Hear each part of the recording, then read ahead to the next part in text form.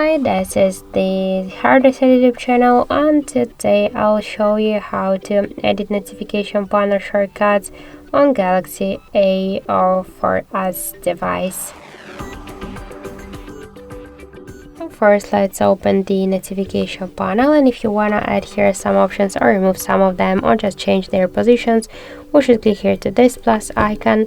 After that, you'll see here this up section with invisible options, and just to add one from these options to your panel, you should hold it and just drag it to the down section. To remove some of these options by the same way, hold the icon and drag it to the up.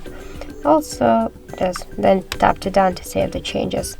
If you wanna just change the positions of the icons on the panel, you should just hold the icon and just drag it by the same way. Then just tap to down.